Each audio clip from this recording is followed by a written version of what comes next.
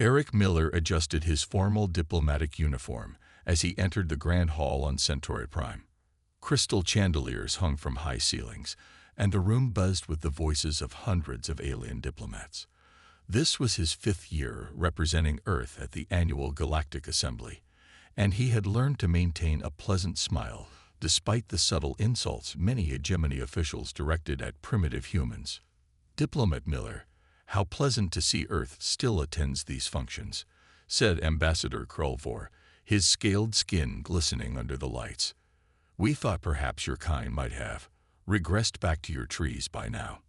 Eric smiled and bowed slightly. Humanity appreciates the hegemony's continued patience with our development. Ambassador, we learn more every day. The alien made a sound like stones grinding together, the hegemony equivalent of laughter, and moved on. Eric's smile dropped the moment Krelvor turned away. He checked his wrist device. 3 more hours of this diplomatic dance before he could return to his quarters. Samantha Wright, his human assistant, approached with 2 glasses of blue liquid. Thought you might need this, sir. Thanks, Sam. Any updates from home? She shook her head. Nothing urgent. Earth Command sends. A high-pitched tone cut through all conversations in the hall. Every screen on the walls flickered to life simultaneously. The hegemony symbol, a stylized silver claw gripping a cluster of stars, appeared. This is unusual, Eric whispered. Supreme Commander Zach Svither's face filled the screens. His gray, ridged features showed no emotion, but the ceremonial execution hood draped across his shoulders made Eric's blood run cold. Citizens of the glorious hegemony, the commander's voice boomed. Today we witness justice. The human colony of New Hope has harbored terrorists who have attacked hegemony interests. The penalty is known to all. Eric's glass slipped from his fingers, shattering on the marble floor. No one noticed. All eyes were locked on the screens. New Hope. That's a science colony, Samantha whispered. Mostly researchers and farmers. The image changed to a view of a planet from orbit. New Hope, small blue-green, with white clouds swirling over its surface. Eric had visited 3 years ago, helping establish cultural exchange programs. The sentence of collective punishment has been approved by the High Council, Zach Svither continued. Let all enemies of the hegemony witness the price of defiance.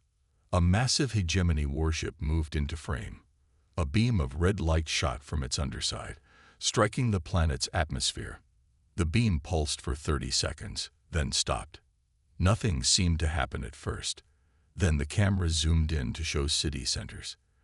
People were falling in streets, gasping for breath, their skin turning blue. Children clutched their throats. Elders collapsed. Entire families held each other as they died. Eric recognized faces. Dr. Patty Coleman, who had shown him her research on sustainable farming. The Foster family with their 3 young children who had invited him to dinner. Around him, many of the alien diplomats nodded in approval. Some even raised glasses in toast to the justice being served. 60,000 human colonists have been purified, announced Zach Svither. Let this serve as warning to all who would challenge hegemony rule. The screens returned to their normal diplomatic displays as if nothing had happened. Conversations resumed, though many aliens now glanced at the humans in the room with something like satisfaction in their eyes. Sir, Samantha's voice seemed distant through the ringing in Eric's ears. We need to get back to our quarters, he managed to say, his voice steady despite the rage and horror churning inside him. Now, they walked calmly through the hall, accepting condolences from the few sympathetic species. Eric nodded, thanked them, played his diplomatic role perfectly while his mind replayed the images of dying children. In their secure quarters, Eric's device beeped with an encrypted message from Earth Command. His hand shook slightly as he opened it. The message was brief. Maintain diplomatic protocols. Do not engage. Earth cannot risk further provocations at this time. Eric stared at the words for a long minute, then looked up at Samantha. Her eyes were red, but her jaw was set firmly. What are we going to do, sir? She asked. He deleted the message from Earth Command. "Whatever it takes to get justice," Eric said. Eric did not sleep that night. His quarters on Centauri Prime were luxurious by human standards, but he paced the floor like a caged animal. The images from the broadcast played over and over in his mind. He sat at his desk and pulled up the files on New Hope Colony. Established 8 years ago. Population 60,273. Primary exports, medicinal plants, research data, and specialized crops. He had the computer cross-reference the colony registry with the faces he had recognized in the broadcast. "Computer, show me Dr. Patty Coleman's file." The screen displayed her credentials. Botanist, 3 published research papers on adapting earth plants to alien soils. 2 children. Husband was an engineer. "Show me the Foster family." 5 faces appeared. Alan and Kelly Foster. Children aged 7, 5, and 3. They had been farmers, volunteering to help establish sustainable food sources for the colony. "Sir, you should try to rest." Samantha stood in the doorway of his office, looking concerned. "They weren't terrorists, Sam." Eric's voice was quiet but firm. "I've been to New Hope. I knew those people. They were scientists, teachers, farmers, families." Samantha sat across from him. "I know, but Earth Command was clear." "Earth Command is scared," Eric interrupted. "They're afraid of the hegemony. Everyone is.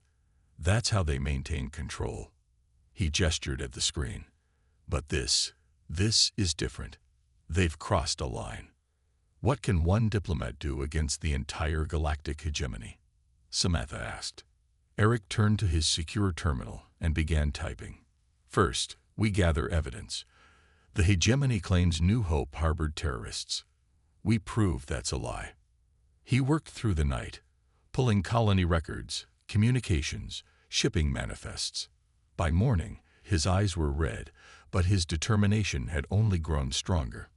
"Look at this," he said as Samantha brought him coffee. He pointed to a geological survey report. 3 months ago, New Hope discovered significant deposits of quantium ore in their northern mountains. Quantium. That's the material used in hegemony faster than light drives. Exactly. And 1 month after this discovery, the first terrorist accusations began. Eric showed her a series of hegemony reports. These were fabricated. The attacks they described never happened. Samantha's face paled.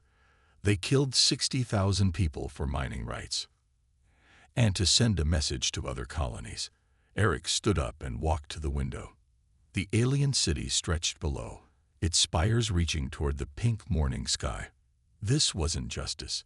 It was a business decision wrapped in a display of power. His device beeped with a message from the Hegemony Central Council. He was expected to attend a formal condolence ceremony that afternoon. The message expressed regret for necessary actions against human terrorists. "I need to maintain appearances," he said, turning to Samantha.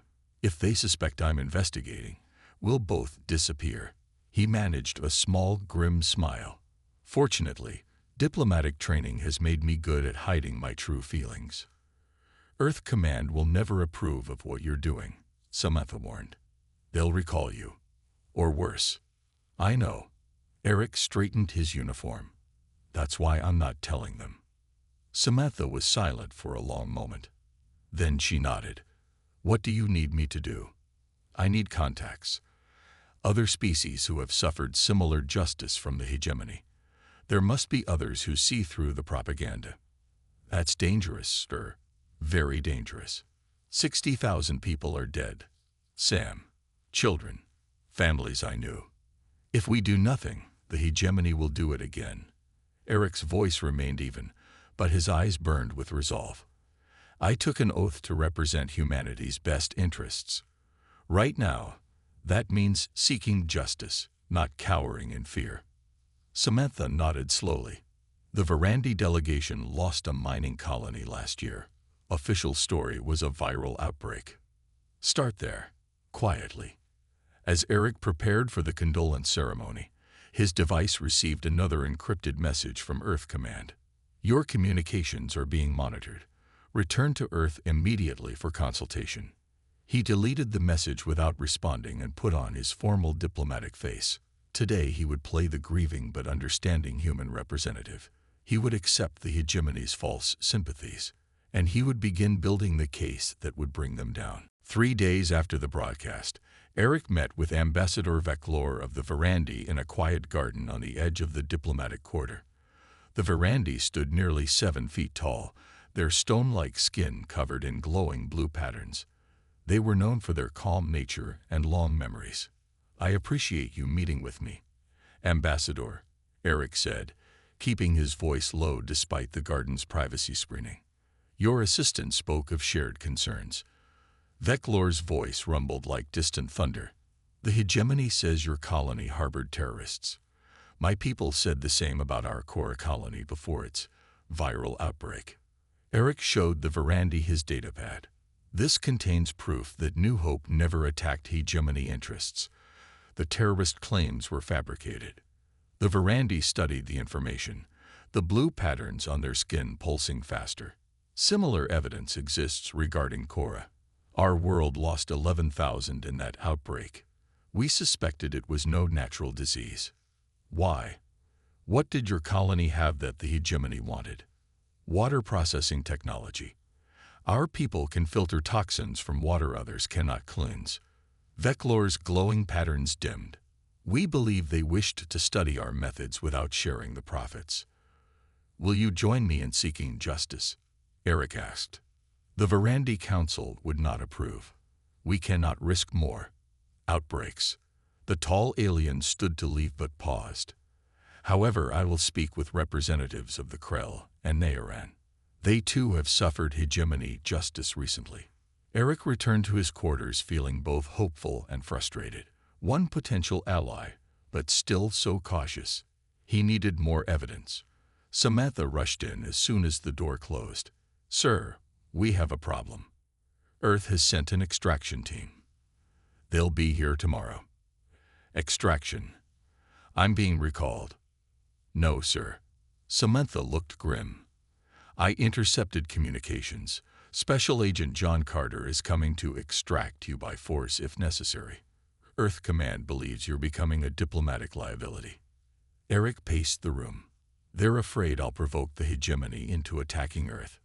What do we do?" "We need to disappear. Tonight." He began gathering essential items. "Contact Veclor. Tell him we need sanctuary." "Sir, if we go underground, we're throwing away your diplomatic immunity. The hegemony can legally hunt you down."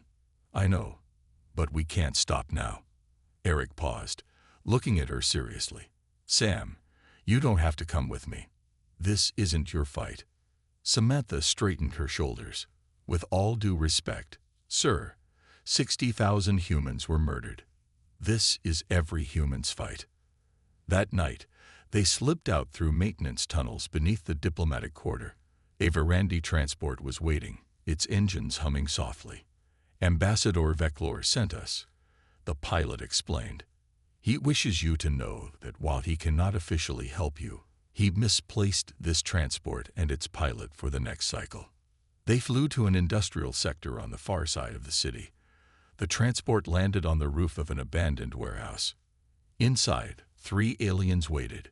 Veclor stood with 2 others, a chittering Krell with its insect-like features, and an amphibious Nayaran whose skin glistened with moisture. "These are representatives who share our concerns," Veclor explained. "Ziktik of the Krell lost a mining colony to radiation accidents last year. Molu of the Nayaran saw their water world quarantined for biological contamination that killed thousands." The Krell's mandibles clicked rapidly.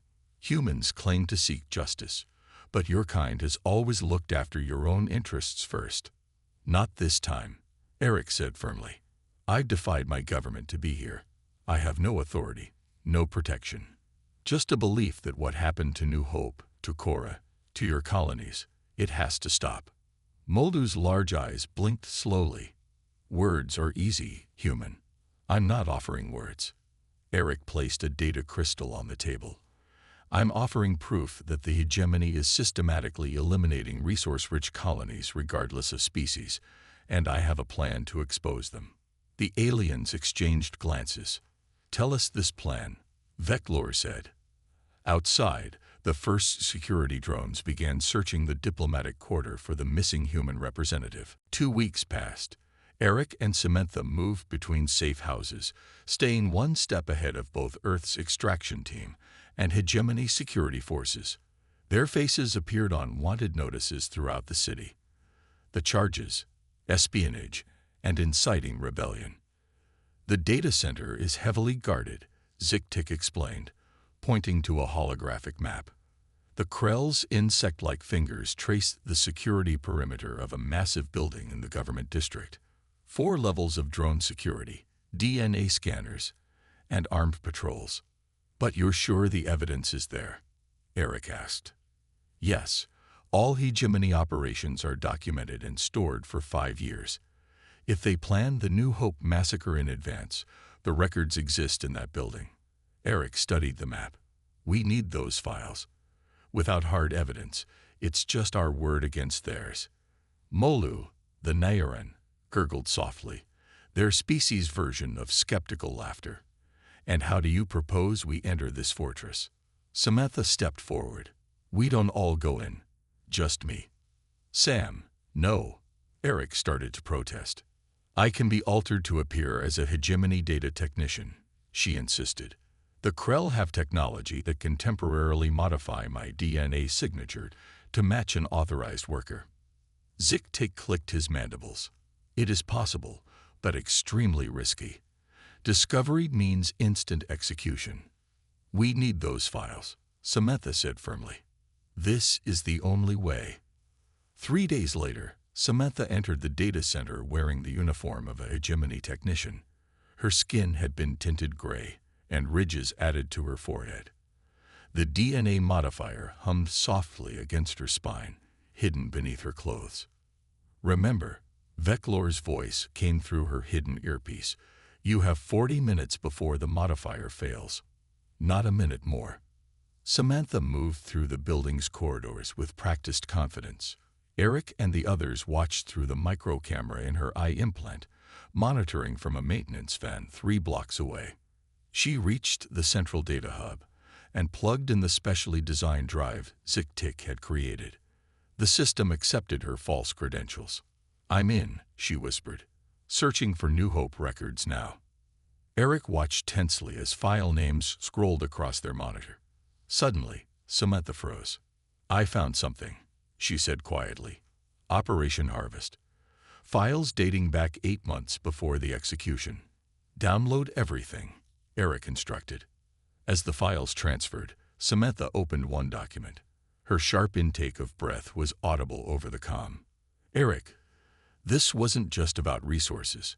New Hope was a test case for their new execution method. They're planning similar operations on 7 other colonies. There's a schedule here."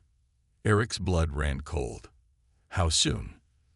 "The next one is in 3 weeks. A colony called Proxima II." "Human?" "No, it's a mixed colony. Humans, Nairan, and Verandi." In the van, Molu and Veclor exchanged alarmed glances. "Download complete," Samantha reported. "I'm heading out now." She disconnected the drive and turned to leave, just as alarms began blaring throughout the facility. "Security breach detected in Section 7, announced an automated voice. "All personnel initiate lockdown procedures." "They've spotted the data transfer," Ziktik clicked frantically. "Samantha, you must leave immediately." She ran through corridors that were rapidly filling with security personnel. Her heart pounded as she rounded a corner and saw the exit 50 yards ahead. "Almost there," she gasped. A security drone descended from the ceiling, blocking her path. Its scanning beam swept over her. "Identity anomaly detected. Subject, hold position for verification." Samantha looked around desperately. No other exits. "Sam, we're coming in," Eric said, his voice tight with fear. "No," she hissed. "You'll all be caught. The evidence is what matters. I'll find another way out. More drones appeared. Security officers approached from behind, weapons drawn. The DNA modifier at Samantha's back began to beep softly. Time was running out. "Get that evidence to safety," she whispered. "Make it count, Eric." Outside, Ziktik pulled Eric back as he tried to exit the van. "We cannot help her now," the Krell insisted. "We must protect what she has sacrificed to obtain." As security forces surrounded Samantha, the van pulled away, carrying the evidence that would expose the hegemony's planned genocide. And perhaps, just perhaps, stop it before it claimed thousands more lives. 3 days after Samantha's capture, Eric sat in a dimly lit room in the Krell underground district. The evidence they had obtained was spread across multiple screens. Operational plans, execution orders, resource assessments. Everything needed to prove the hegemony's guilt. But none of it mattered to Eric right now. All he could think about was Samantha. "Any news?" he asked as Ziktik entered the room. The Krell's mandibles clicked softly. "She is alive, being held in the central detention facility. They are questioning her." Eric knew what that meant. The hegemony's interrogation methods were notorious. "We need to get her out." "Impossible." Veclor's deep voice came from the doorway. "The facility is impenetrable. More importantly, your face is now on every screen in hegemony space." The Verandi handed Eric a tablet showing the news broadcast. Supreme Commander Zach Svithar stood at a podium, his expression stern. Former Earth diplomat Eric Miller has been identified as the leader of a terrorist cell responsible for data theft and sabotage. He is considered extremely dangerous. Any information leading to his capture will be rewarded. The image changed to show Eric's family on Earth, his parents and sister, being escorted into protective custody. "They're using my family as bait," Eric said quietly. "Not just your family." Moldu slid forward, the Nayaran's webbed hands manipulating the screen to show more news footage. "Remote human colonies are experiencing increased hegemony security presence. They are threatening your entire species." Eric's fists clenched. "And what is Earth doing about this?" Ziktik played an official Earth announcement. A stern-faced official spoke. "Earth formally denounces the actions of former diplomat Eric Miller. His terrorism does not represent humanity's values. We are cooperating fully with hegemony authorities to ensure his capture." "They've abandoned you," Veclor stated. Eric nodded slowly. "Earth is afraid. They think appeasement will protect them." He stood up and faced his alien allies. "But we know different. We have proof the hegemony plans to eliminate colonies regardless of cooperation." "What do we do now?" Moldu asked. "We are 4 against an empire. We use their greatest weapon against them." Eric pointed to a communication device. "Propaganda. The hegemony controls information. We need to break that control." Over the next 2 weeks, they worked tirelessly. Using smuggled quantum transmitters, they'd broadcast snippets of the evidence across hegemony space. Short, impossible-to-trace transmissions showing the truth about New Hope and the plans for future cleansings. The hegemony responded with increased security measures and more propaganda. They painted Eric as a madman seeking to destabilize galactic peace. Rewards for information about him doubled, then tripled. "It's working," Ziktik announced one morning, showing Eric reports of protests on 3 hegemony worlds. "People are questioning the official story." "Not enough people," Eric replied. "Not quickly enough. Proxima II is scheduled for cleansing in 4 days." That night, a secure communication arrived, heavily encrypted. Eric opened it cautiously. A woman's face appeared. She wore the uniform of an Earth Fleet admiral. "Miller, this is Admiral Lisa Chen. Do not attempt to trace this communication." Her expression was unreadable. "Officially, Earth has denounced you. Unofficially, some of us have been watching the hegemony with concern for years." "Why contact me now?" Eric asked. "Because your evidence confirms what we suspected. The hegemony isn't just eliminating troublesome colonies. They're systematically eradicating potential rivals. She leaned closer to the camera. I've initiated Operation Longview. Hidden military assets are being positioned, but we need time. Proxima II doesn't have time. Thousands of colonists, including Narration and Varandi citizens, will die in 4 days. Admiral Chen's expression hardened. Then you need to do something so dramatic, so public, that the hegemony has no choice but to delay their plans while they deal with you. What do you suggest? The annual Galactic Assembly begins tomorrow on Centauri Prime. Every major species will have representatives there. Eric understood immediately. The perfect audience. And the perfect target, Chen warned. If you go, you'll likely die.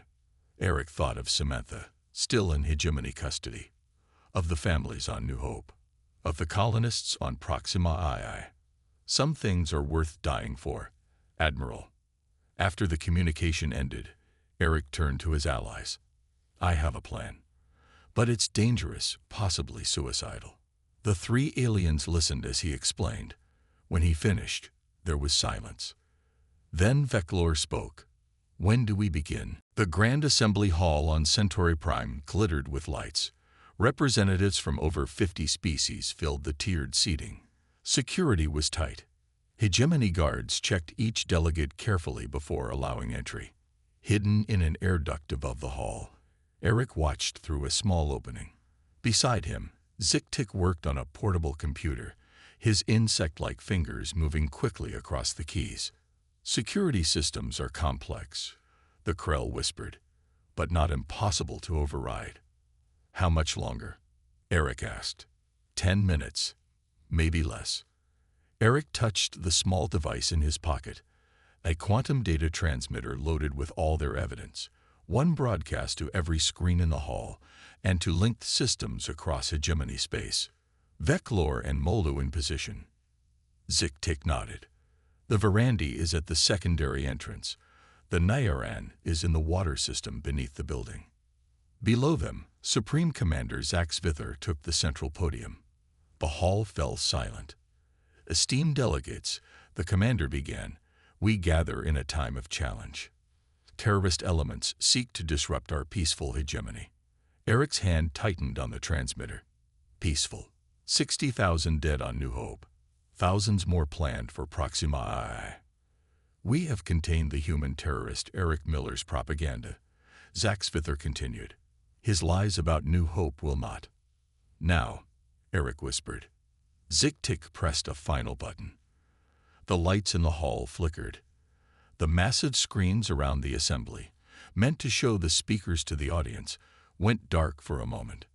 Then they came to life again, showing the evidence from the data center, internal hegemony documents about Operation Harvest, plans for the execution of the New Hope colonists, dated months before any supposed terrorist activity, resource surveys of the quantium deposits, and finally, the schedule for 7 more planned cleansings, including Proxima II. Chaos erupted in the hall. Delegates jumped to their feet. Security forces looked around in confusion as the screens kept displaying document after document. Now, Eric said again. Zik-Tik triggered the secondary system. The air duct cover popped open.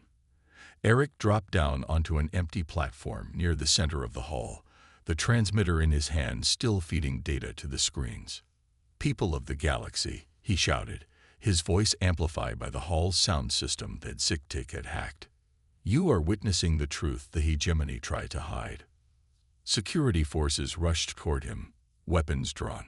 The massacre at New Hope was not justice, Eric continued. It was a calculated business decision.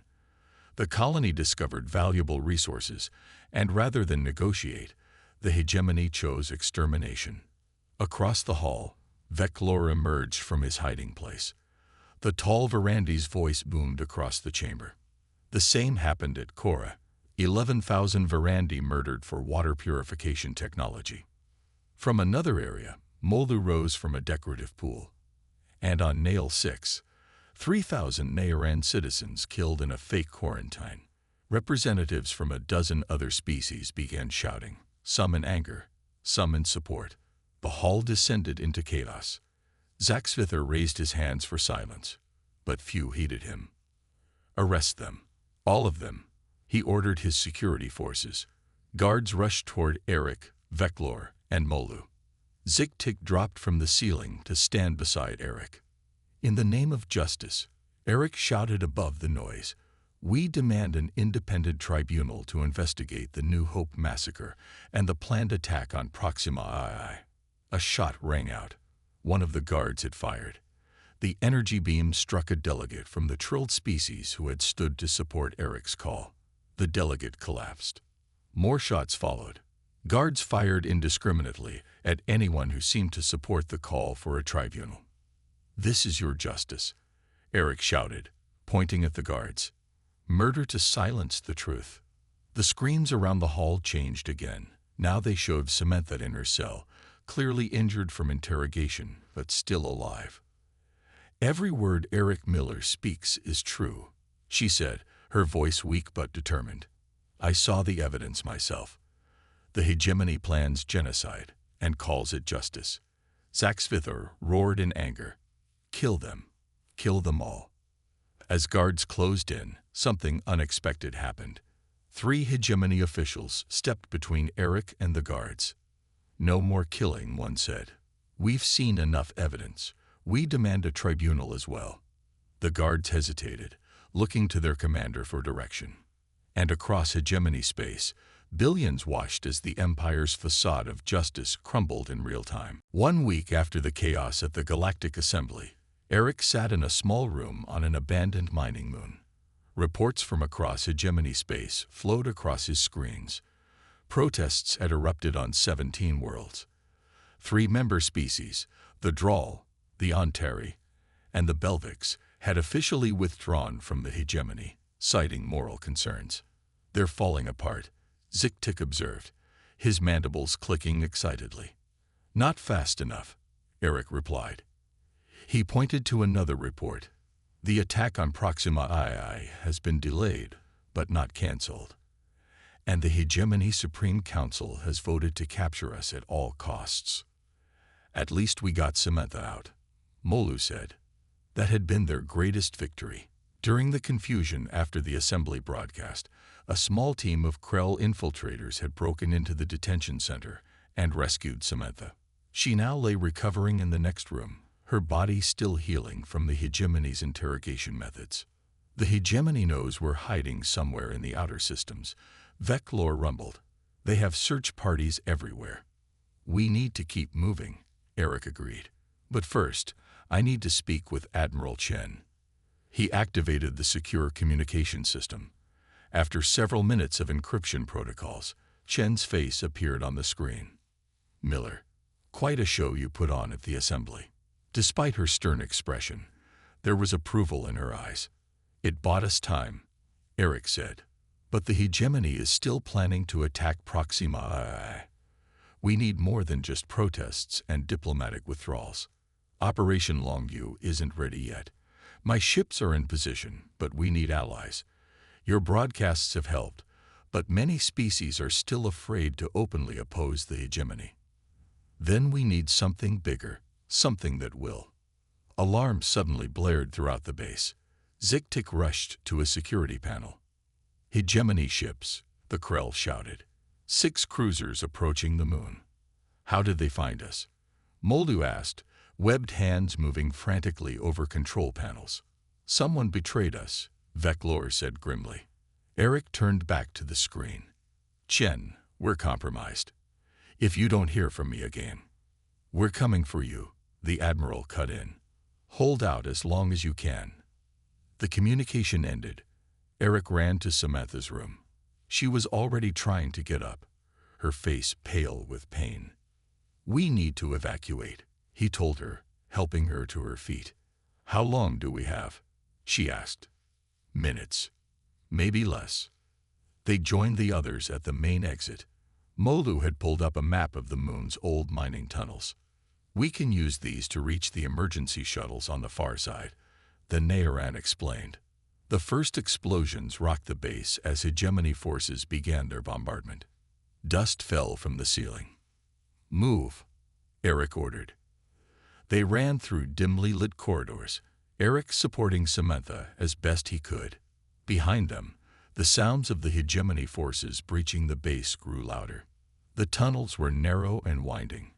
Twice they had to stop as sections collapsed from the bombardment above. Finally, they reached a larger chamber with 3 small shuttles. "We'll split up," Eric said. "Better chances that way." As they prepared the shuttles, a massive explosion tore through the chamber entrance. Hegemony troops poured in, weapons firing. "Go," Veclor shouted, pushing Eric and Samantha toward the nearest shuttle. Zik-Tik provided covering fire as they ran. A shot hit Samantha in the back. She fell with a cry of pain. "Sam," Eric turned back for her. "Keep going," she gasped. "The evidence is what matters." Eric tried to lift her, but another shot grazed his shoulder. He stumbled. More hegemony troops entered the chamber. Molu was hit. Veclor stood over the fallen Nayaran, firing back at the troops. "This is the end," Eric thought as he dragged Samantha toward the shuttle, knowing they wouldn't make it. Suddenly, the entire chamber shook with a different kind of explosion. The ceiling cracked open. Through the gap, Eric saw ships, Earth ships, firing on the hegemony cruisers. Admiral Chen's voice boomed over all communication channels. "Attention hegemony forces. This is Admiral Lisa Chen of Earth Fleet Omega. Your illegal persecution of Earth citizens ends now. Surrender or be destroyed." A shuttle dropped through the gap, its guns clearing a path to Eric and his friends. The first shots of open rebellion had been fired. 1 year later, Eric stood at the podium in the Great Hall of the newly formed Galactic Concord. His diplomatic uniform was different now, no longer Earth standard, but bearing the new emblem of the Concord, a circle of stars with each point representing a member species. Behind him sat representatives from 27 formerly subjugated worlds. Where the hegemony had enforced obedience, the Concord sought cooperation. Where the hegemony had demanded tribute, the Concord offered mutual aid. 1 year ago, Eric began, his voice carrying through the hall, we gathered evidence of a crime so terrible that many refused to believe it could happen. Today, we gather to ensure such crimes never happen again. He looked out at the assembled delegates. Veclor sat with the Verandi delegation, the blue patterns on his skin glowing brightly. Zik-Tik represented the Krell, his mandibles polished for the occasion. Molu had recovered from his injuries and now led the Nadaran representatives. Samantha sat in the front row, still using a cane from her injuries, but smiling up at him. Beside her, Admiral Chen wore her formal uniform, with the new rank insignia of Fleet Commander. The hegemony has fallen, Eric continued, not through violence alone, but through truth. When people across the galaxy saw what had happened on New Hope, they could no longer accept the lies they had been told. Screens around the hall displayed images of the past year's events. The battle at the mining moon had sparked a galactic uprising. 11 more species had withdrawn from the hegemony within days. Earth Fleet, joined by ships from other worlds, had engaged hegemony forces across multiple systems. The war had been brief but decisive. With its unity shattered, the hegemony had collapsed within months. Supreme Commander Zak Spithar and 6 High Counselors had been captured while attempting to flee to the outer systems. Today, justice begins, Eric announced. The trial of those responsible for the New Hope massacre and other crimes will commence tomorrow. But justice is not only about punishment, it is also about remembrance and healing. The screens changed to show a memorial on New Hope. 60,000 light pillars stood in neat rows, each representing a life lost. At night, they lit up the sky, visible even from orbit. The memorial on New Hope has been completed, Eric said, a reminder of what happens when power goes unchecked, when one group decides the lives of others have no value. He paused, looking at the faces of those gathered. Some showed grief, others determination.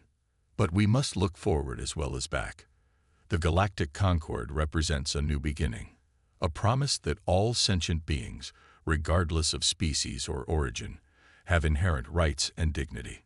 Eric stepped aside as the first official act of the new Concord was brought forward, the Galactic Charter of Rights. Representatives from each member species would sign it, establishing the legal foundation for their new society. As the signing began, Eric moved to stand with Samantha and his friends. "Did you ever imagine it would end like this?" Samantha asked quietly. "No," Eric admitted.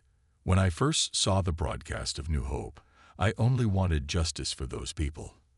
I never thought we'd be building a new galactic order." "You did what others were afraid to do," Veclor rumbled. "You spoke truth to power." "We all did," Eric replied, looking at his companions. "And many paid the ultimate price." Later that evening, Eric stood alone on a balcony overlooking the city. The lights below reminded him of the memorial on New Hope. So many lost, but their deaths had not been meaningless. Samantha joined him, leaning on her cane. "The charter has been signed. It's official. Then our work begins," Eric said, "building something better than what came before." He looked up at the stars, thinking of all the worlds now linked in the Concord. The path ahead would not be easy, but for the first time in a long while, he felt genuine hope. "Their light guides us toward a more just universe," he said softly, quoting the words inscribed on the New Hope Memorial. And across the galaxy, 60,000 lights shone in the darkness, a promise kept.